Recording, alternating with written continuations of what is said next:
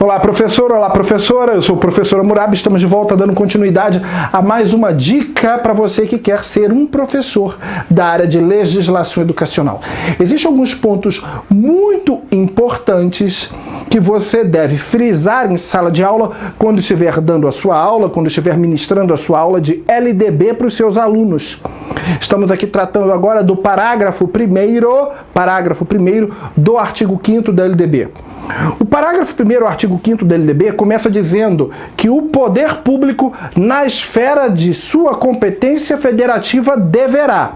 Então, a União, na esfera de sua competência, os estados, membros da federação e o Distrito Federal, nas respectivas esferas de competência, assim como os municípios, os mais de 5.000 municípios, cada um na sua esfera de competência, e também, posso dizer, na sua circunscrição, eles deverão todos, em primeiro lugar, inciso 1º, recensear.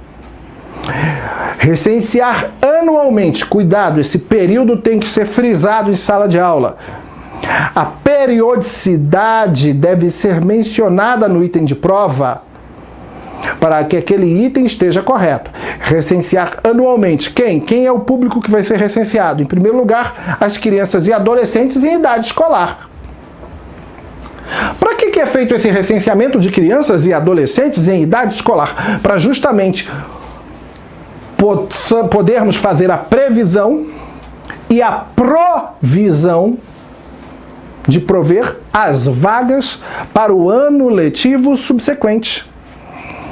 E também vai recensear os jovens e adultos que não concluíram a educação básica, óbvio, na idade certa. Por quê? Porque eles são clientela da EJA, da Educação de Jovens e Adultos. E se eles procurarem vaga nesta modalidade, eles têm o direito, então o poder público tem que atender a demanda. Então, existe uma demanda de crianças e adolescentes nas séries obrigatórias, nas etapas obrigatórias da educação básica. Temos que atendê-la. Como saber a demanda? Fazendo esse recenseamento.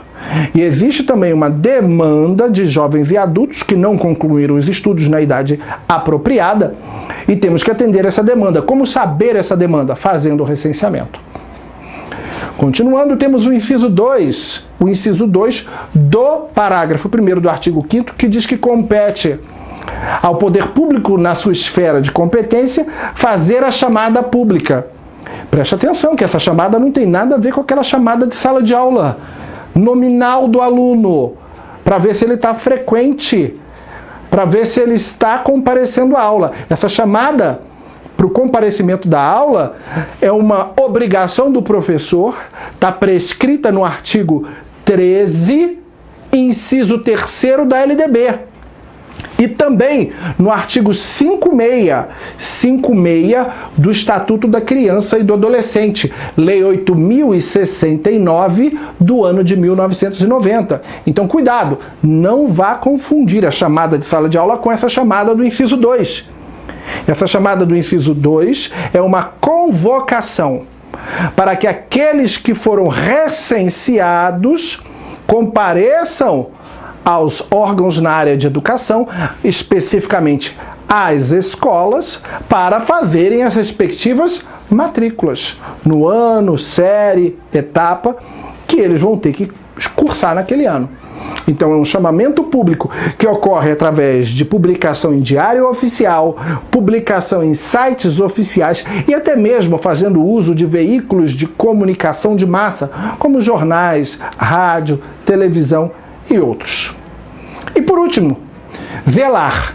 Compete ao poder público, no âmbito da respectiva esfera de competência, zelar junto aos pais ou responsáveis pela frequência à escola. Esse ou tem uma conotação aqui, o quê? Alternativa. Zelar junto a pais ou responsáveis pela frequência à escola. Se eu levo em conta uma interpretação literal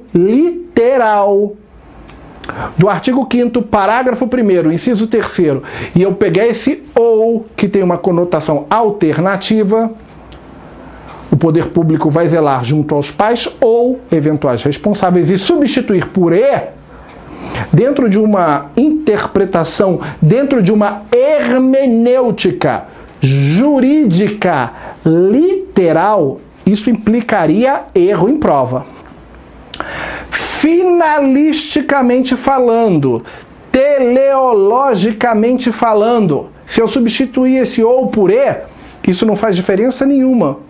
Porque tanto faz eu lá junto a pais, e responsáveis ou ambos. Se a interpretação ela é finalística ou teleológica. Se a interpretação é literal, substituir ou por e implica erro. Como é que você, professor, vai se posicionar e ensinar isso para o seu aluno? Isso vai depender da banca. Cabe a você, professor, fazer uma análise da banca que vai aplicar a prova. Se aquela banca tem uma interpretação mais literal da norma jurídica, substituir o ou por e implica erro. Se aquela banca trabalha de uma forma mais teleológica, mais finalística, isso é, as questões dela são de interpretação, substituir ou por e para aquela banca não será considerado erro. Então, tudo depende. Lembre-se que você aqui está estudando comigo agora não para fazer só um concurso, mas para ser um professor de legislação. Tudo depende da análise de como aquela banca opera, de como aquela banca funciona especificamente. Então fechamos aqui mais uma dica. Na próxima aula, na verdade na próxima dica, vamos falar da obrigatoriedade da matrícula na pré-escola. Estaremos falando do artigo 6º da LDB. Um grande abraço, fique com Deus e até o nosso próximo encontro.